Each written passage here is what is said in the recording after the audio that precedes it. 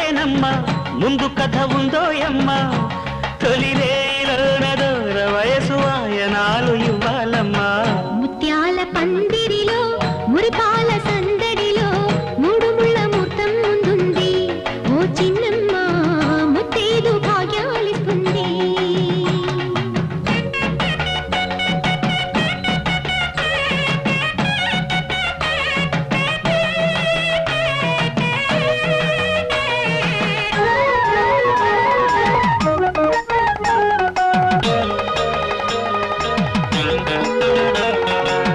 పసుపు పారాణి బొట్టు కాటుక